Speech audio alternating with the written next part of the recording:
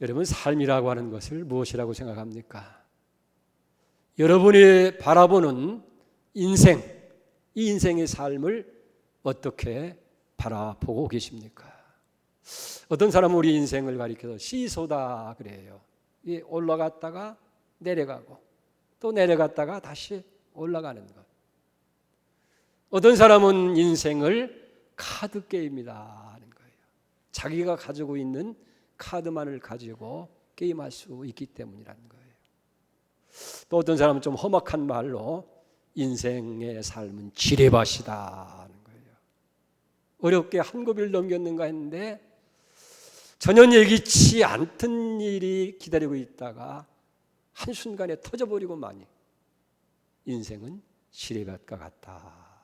그래서 또 어떤 사람은 인생이 연극이고 서커스고 또 게임이고 퍼즐이다라고 다양스럽게 인생을 정의하는 것을 보게 됩니다.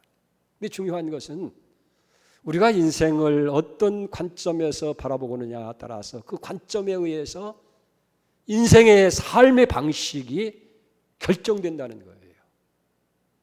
가령 우리 인생을 여기 가리켜서 파티라고 그렇게 정의를 내린다고 하면 그 사람의 삶은 쾌락주의의 삶으로 살아갈 수밖에 없다고 하는 그런 거예요. 또 인생을 경주라고 그렇게 정의를 내리게 된다고 한다면 그는 늘 시간과 싸우면서 시간에 매여서 살아갈 수밖에 없는 그런 존재가 되어지고, 또 인생을 게임이나 전쟁이라고 한다고 한다면 그 사람의 가치관은 승리에 초점을 두고 승리를 쫓아서 투쟁하는 그런 삶을 살 수밖에 없다 하는 거예요. 그러니까 우리 인생의 삶을 어떤 관점에서 우리가 바라보냐에 따라서 그 삶의 방식이 결정되고 있는 거예요.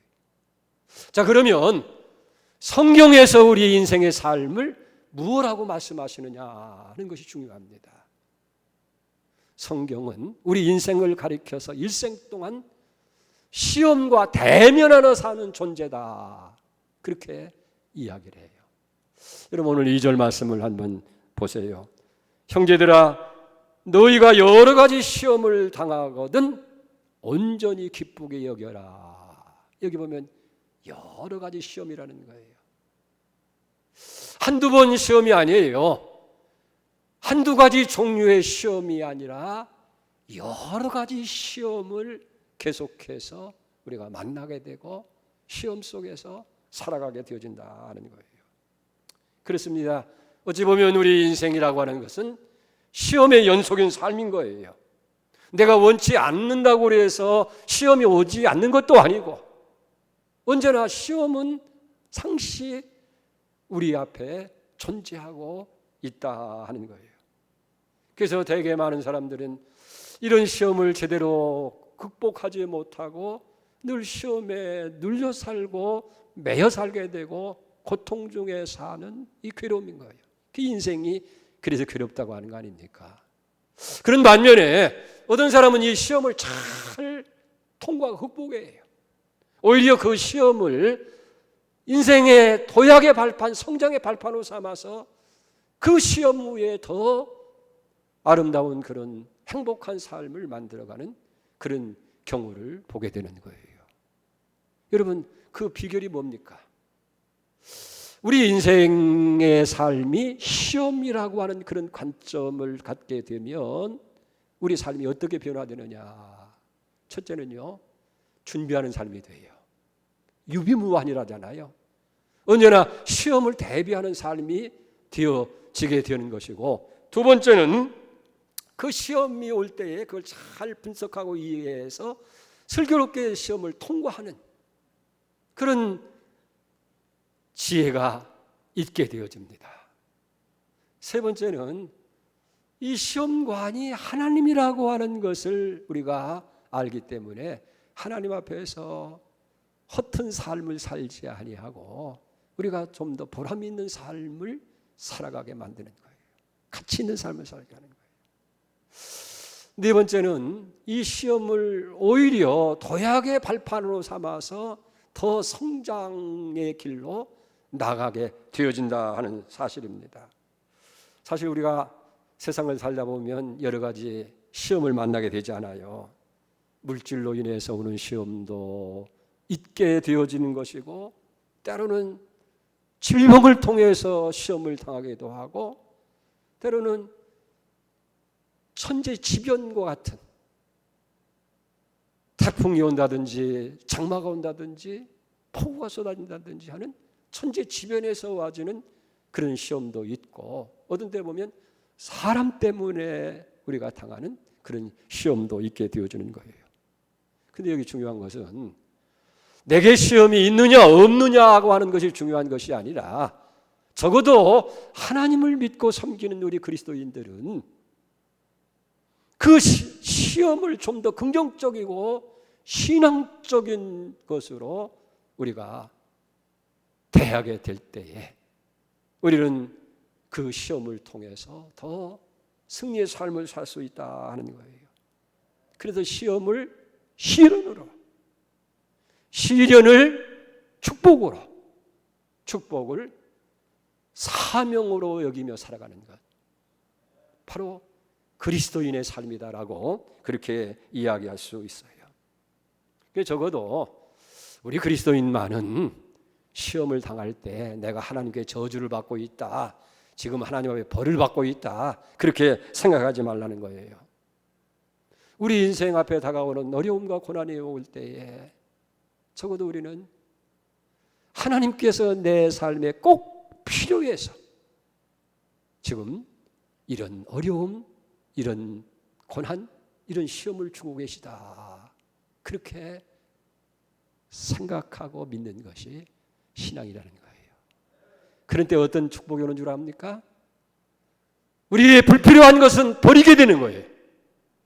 꼭 필요한 것은 다시 찾고 구해서 얻게 되는 것이고, 그리고 더 신앙적으로 영적으로 성숙한 사람이 되는 거예요.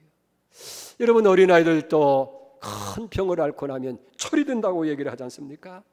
이 고난과 시험을 통해서 많은 인생을 생각하게 되어지고, 그리고 그걸 우리가 신앙적으로 영적으로 해석하다가 보면 거기에서 더 하나님의 큰 은혜를 우리가 체험할 수 있게 되는 거예요. 좀 가령 이런 것을 얘기했어요. 우리가 전쟁이라든지 또 아픈 것이라든지 여러 가지 슬픔, 그거 좋아하는 사람은 어디 있겠어요? 다 피하잖아요. 근데 이스라엘 사람들은 전쟁을 하나님의 축복으로 그렇게 받아들인다는 거예요. 그 왜 그러냐고 하면 그 전쟁을 통해서 민족이 결속이 되는 거예요. 편안할 때는 서로 다투기도 하고 갈라지는데 전쟁이 되어지면 하나가 되어지는 거예요. 그리고 더 강한 나라를 만들어가고 산업을 발전시키고 하기 때문에 전쟁은 불행한 것이지만은 반면에 축복으로 이렇게 여겨진다는 거예요. 사실 그렇잖아요. 우리가 이런 여러 가지 시험이 오면 고통스럽죠. 힘들죠. 어렵죠. 그러나 적어도 하나님 믿는 우리는 그 어려움과 시련 가운데 어떻게 해요? 하나님을 더 의지하게 되고 하나님 앞에 더 가까이 나가고 하나님 앞에 기도하게 되잖아요. 그러니까 나도 모르게 영적으로 우리가 성숙하게 되어지고 우리의 믿음이 더 강하게 되어집니다. 이런 입장에서 보면 시험이 축복이다, 그렇게 여길 수가 있게 되어진다는 거예요.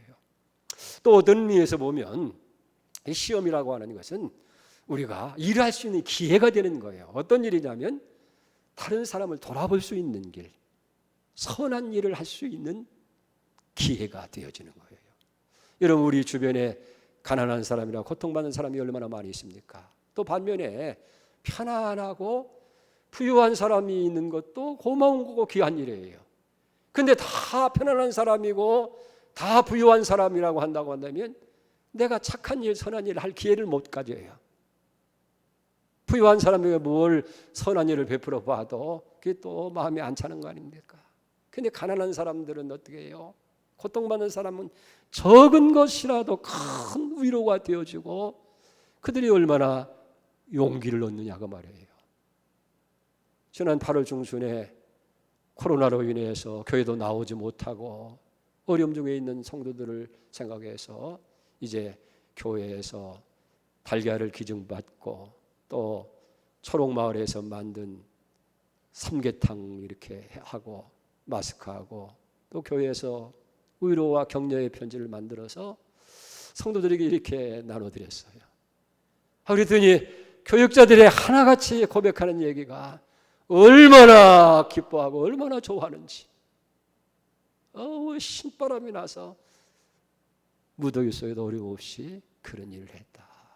그러니까 이런 선한 일을 할 수 있는 기회가 되는 거예요. 또 하나는 봉사 일을 할 수 있는, 전도할 수 있는 기회가 되는 거예요. 여러분 가만히 생각해 보세요. 우리 삶이 형통하고 잘 되면 하나님을 잘 믿을 것 같지만 절대 전도가 안 됩니다. 왜? 편안하고 모든 일이 잘 되어주니까 하나님 의지할 이유가 없는 거예요. 그래서 그걸 즐기고 즐기라고 전혀 하나님을 찾지 않는데 우리의 삶에 고통이 오고 어려움이 오게 되어지면 사람들이 자연히 하나님을 찾게 되어지는 거예요.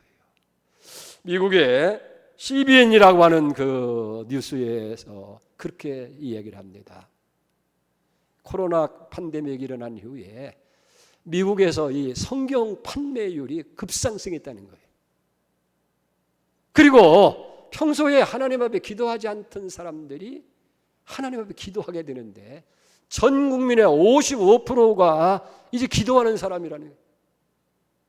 놀라운 것은 그 가운데에서 그 55% 가운데 24%가 믿지 않는 사람들이 기도하게 되고 그래서 크리스찬 교회로 나가겠다는 사람이 11%나 증가하는 그런 경우가 되었다는 거예요. 여러분 우리 주변에 교회 나오는 사람도 가만히 보세요. 대개가 세상에 믿을 것이 없을 때 하나님을 의지 않습니다. 지위나 권세 이게 추풍낙 입은 거예요. 물질이라고 하는 것도 있는 거 하는데 어느 순간에 부도도 나고 사기꾼을 만나게 되어지고 건강이라는 것도 한순간에 잃어버리고 나니까 세상에 믿을 것이 하나도 없다. 하나님 의지하자. 하나님을 찾게 되는 거예요. 그러고 보면 시험이라고 하는 것이 고통스럽고 힘든 것이지만은 그게 어떤 의미에서는 우리에게 주시는 하나님의 축복의 선물이다. 그렇게 여길 수 있게 된다는 거예요.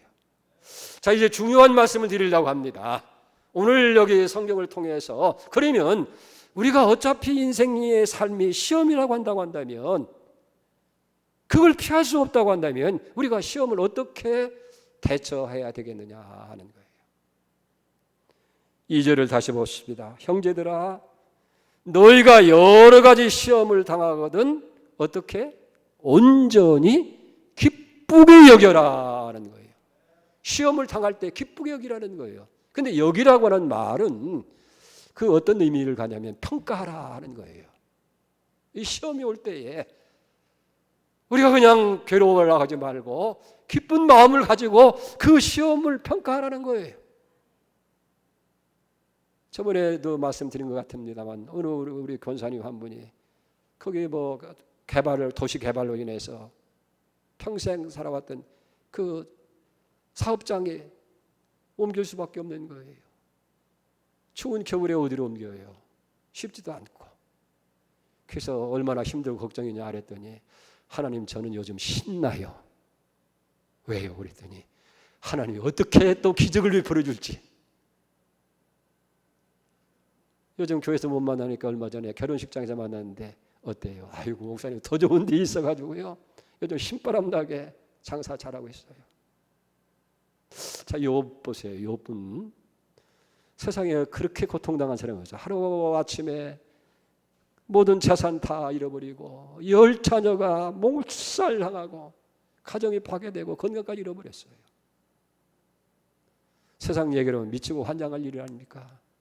근데 욥은 욥기 1장 21절에 그래요. 내가 어머니의 태에서 알몸으로 나왔으니 알몸으로 돌아갈 것이고 주신 분이 하나님이시고 거두신 분이 하나님이시니 하나님 이름이 찬송을 받을 것입니다. 내가 복을 받았으니 화를 당하는 것도 마땅하지 않습니까? 입으로 범죄치 않았다는 거예요. 그 결정적인 고백이 욥기 23장 10절에 나옵니다. 나의 가는 길을 그가 아시나니 그가 나를 단련하신 후에 내가 순금이 되어 나오리라. 욥의 고백은 그 어려움과 고통 하나님이 다 알고 계신다는 거예요.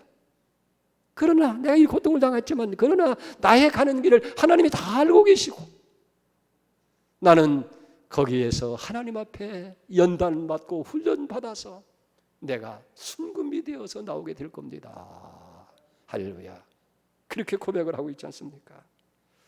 사랑하는 성도 여러분, 시험이 오게 될 때 아이고 이제는 죽었구나, 망했구나, 나는 끝장났구나 그렇게 두려워하다가 보면 거기에서 우리가 함께 그 시험에 휘말려서 망하고 마는 거예요. 이 노련한 상홍은 바닷가에서 큰 풍랑을 만나면 더 좋아한다는 거예요. 그 풍랑을 잘 이용해서 목적지까지 더 빨리 가시기 때문에 우리 찬송가 373장에 했잖아요. 고요한 바다로 저 천국 향할 때 주 내게 순풍 주시니 참 감사합니다. 2절에 보면 큰 풍랑으로 인해서 나 쉴 수 없지만은 그러나 그 풍랑 때문에 더 빨리 갑니다. 아멘. 사랑하는 여러분, 여러 가지 시험을 올 때 기쁜 마음으로 평가를 해야 돼요. 하나님이 무슨 축복을 주시려고, 하나님이 나를 어떻게 쓰시려고, 내게 어떤 은혜를 주시려고 이런 시험을 주시는가. 기쁜 마음으로 평가를 할 때에 하나님께서 모든 것을 선으로 바꾸시는 축복으로 우리의 삶을 채우게 되어줄 줄로 믿습니다. 이 시험을 보면요, 되게 일반적으로 두 가지로 우리가 구별할 수가 있어요. 하나는 시련의 차원에서 오는 훈련이에요. 시험이에요. 이건 훈련, 연단, 영어로 얘기하면 트레이닝, 테스트하는 거예요. 그만한 가치가 있는가? 아니면 또 궁극적으로 뭐냐면 우리를 성장시키려고 훈련을 시키는 그런 차원이에요. 이건 하나님께로부터 오는 거예요. 하나님과의 관계 속에서 와주는 시험을 시련의 차원에서 와는 시험이다 하고, 또 하나는 유혹의 차원에서 오는 시험이 있는 거예요.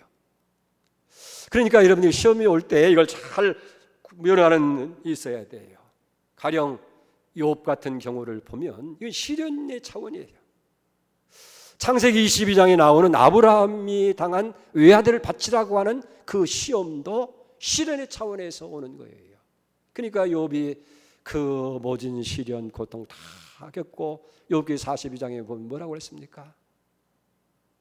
내가 귀로만 듣던 하나님 이제 눈으로 봅니다. 고난 당하기 전에 하나님, 고난 당한 후에 하나님, 다 똑같은 하나님이지만은 과거에는 그저 머리로만 알던 하나님은 이제 내가 실질적으로 삶을 통해서 눈으로 보고 체험한다는 거예요. 그리고 잃어버렸던 것에 갑절의 복을 받잖아요. 아브람도 그 시련을 잘 극복하고 나니까 이제야 네가 나를 사랑하는 줄 내가 안다 하나님 앞에 인정받는 사람이 된 거예요. 그리고 숲을 가운데 아들을 대신해서 양을 준비하는 여호와 이레 하나님께서 준비하시는 그런 놀라운 기적을 보게 되는 역사가 있는 것이 아닙니까? 이 반대로 유혹에서 오는 이 시험이 있는 거예요. 그건 되게 우리 마음으로부터 오게 되어지는데 이 사탄 마귀와 관계가 있는 거예요.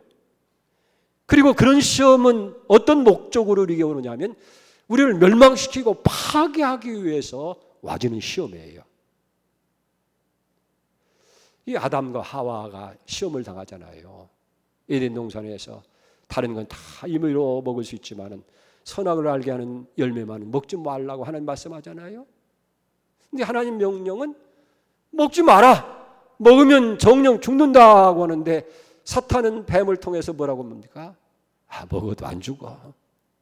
오히려 내 눈이 밝아져서 하나님과 같이 되어진다. 그 시험에 그만 아담과 하와가 실패를 하잖아요. 그래서 범죄하게 되어지고 인간의 멸망을 가져온 거예요. 당신들은 에덴 동산에서 쫓김을 당하게 되어지고 인류에게는 죽음을 안겨주는 그런 결과를 가져올 수밖에 없다 하는 거예요. 여러분, 중요한 것은 그것이 시련의 시험이든 유혹의 시험이든 모든 사람들이 시험은 다가오고 있다는 거예요. 나하고는 시험과는 관계없는 사람이야. 우리 가정에는 그런 시험이 없어. 아니에요. 누구에게나 다 있다는 거예요. 그렇기 때문에 예수님께서 겟세마네 동산에서 제자들에게 뭐라고 말씀합니까? 얘들아, 시험에 들지 않도록 깨어서 기도하라는 거예요.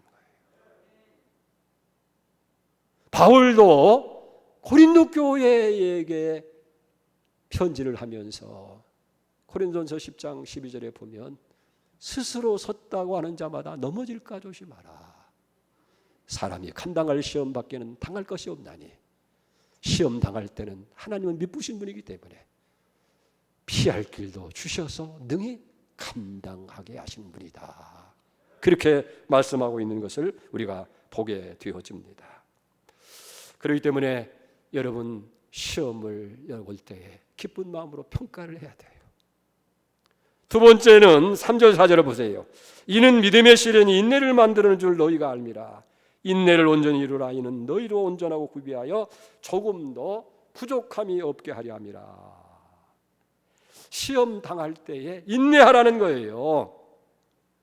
우리가 왜 인내를 해야 하면 이게 시련의 시험이라도 조심하지 아니하면 나도 모르는 한순간에 유혹의 시험으로 전락할 수밖에 없게 된다는 거예요. 왜 그래요? 우리가 시험 당할 때 자칫 잘못하면 제일 먼저 하는 게 뭐예요? 원망부터 하는 거예요. 내가 왜 이런 시험을 당하고 왜 이런 어려움을 청해야 되고, 그래서 원망하고 불평하다가 보면 판단이 흐려지게 되어지면 나도 모르게 그것이 나를 미혹하게 하고 넘어지게 하는 그런 것이 되어질 수밖에 없다 하는 거예요. 그래서 유혹에 빠지는 거예요. 창세기 12장 10절에 보면 아브라함이 그랬어요.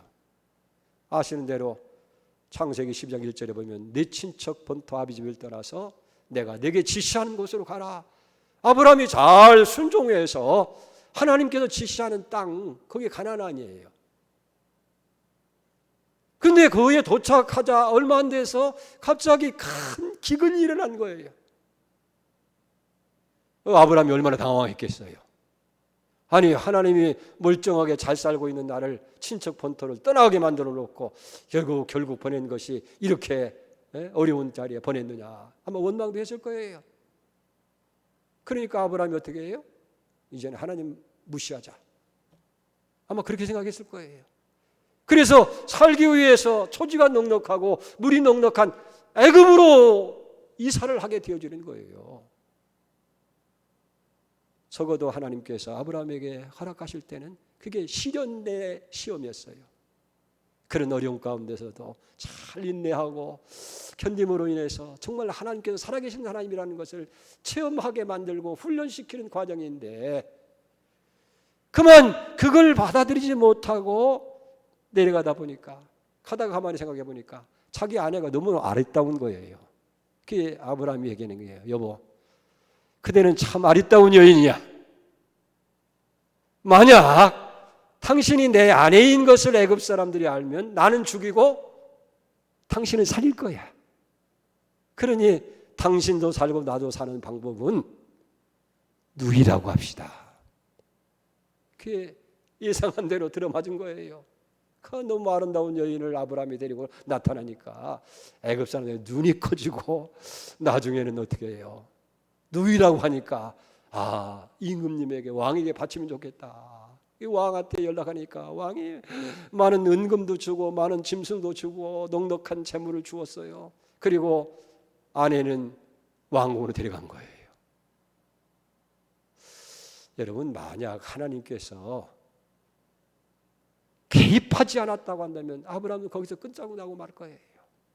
근데 하나님께서 이 아브라함을 위해서 바로의 가정에 큰 재앙을 내린 거예요. 그리고 바로를 깨닫게 하는 거예요. 그게 바로가 책망하잖아요. 어찌해서 내 아내를 누이라고 속여가지고 하나님 앞에 내 징계를 받겠느냐. 당장 데리고 여기 떠나라고. 얼마나 창피하겠어요. 시험을 우리가 바르게 받아들이지 못하면 결국은 유혹과 범죄하게 된다는 거예요. 그래서 온전히 인내를 이루라고 하는 거예요. 빌립보 2장 13절에 오면 너희 안에 행하시는 이는 하나님이시다. 여러분, 우리의 모든 일은 하나님이 다 하시는 거 아멘입니까? 그렇기 때문에 하나님은 자기 기쁘신 뜻을 위해서 소원을 두고, 이게 정말 하나님이 간절한 마음을 가지고 일을 행하신다는 거예요. 그렇기 때문에 우리가 이런 일 저런 일 당할 때에 여러분 그거 연연하지 말고 하나님이 하신 일이다 그렇게 믿고 참게 되면, 아브라함이 참았다는 얼마나 큰 복을 받았겠어요. 신명기 8장 2절에 보면 이제 40년 광야를 마치고 가나안 땅에 들어가는 애굽 백성들에게, 이스라엘 백성들에게 모세가 한 말이 있잖아요. 네 하나님 여호와가 이 40년 동안 이 광야의 길을 걷게 한 걸 한번 돌아보라는 거예요. 너를 낮추고 너를 시험해서 네 마음이 어떠한지, 그 명령을 지키는지 안 지키는지 알게 하기 위해서 그렇게 했다는 거예요. 왜 하나님께서 쓸데없이 보름이면 넉넉히 한 달이면 갈 수 있는 그 길을 40년 동안 고통을 당하겠느냐는 거예요.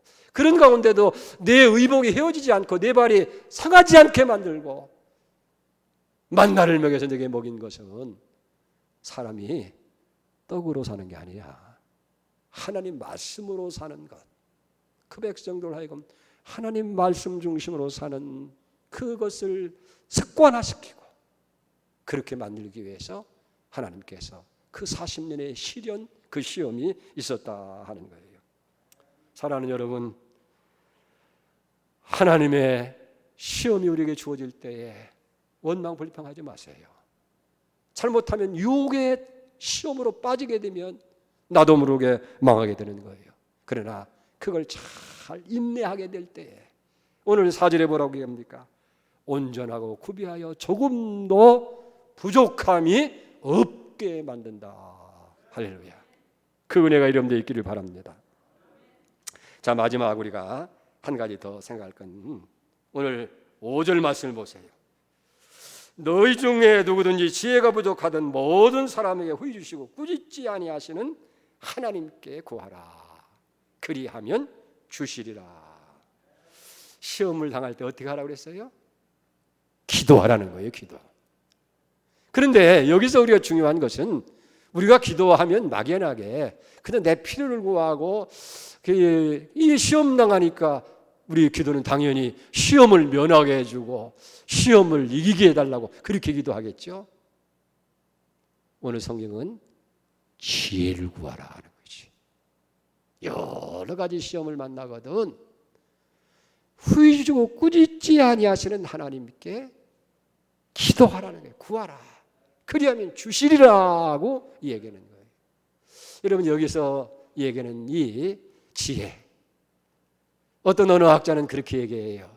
이 지식과 성경에서 말하는 이 지혜라고 하는 것은 차이가 있다고 얘기하면서 지식은 분석이에요. 그러나 지혜는 종합이라는 거예요. 지식은 아는 거예요. 이미 있어진 일들을 내 것으로 만드는 것.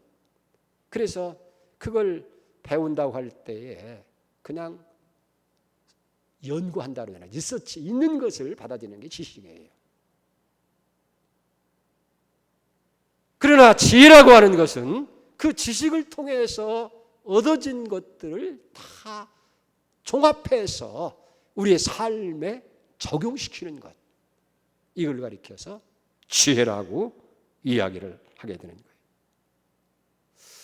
오늘 현대의 비극이 뭡니까?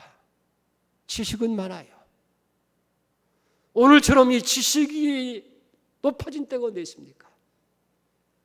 많은 사람이 다 지식으로 충만한데 중요한 것은 지혜로운 사람이 많지 않다는 데 여기 문제가 있게 되는 거예요.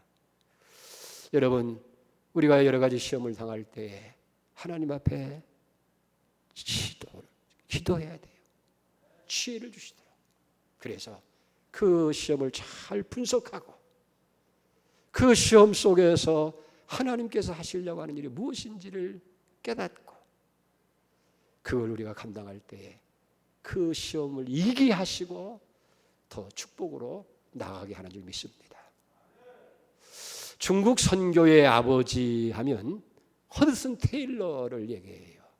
이분은 1832년에 태어나서 1905년까지 살면서 51년 동안을 중국 내지 선교에 힘쓴, 그래서 내지 선교의 창시자라고 그렇게 얘기합니다.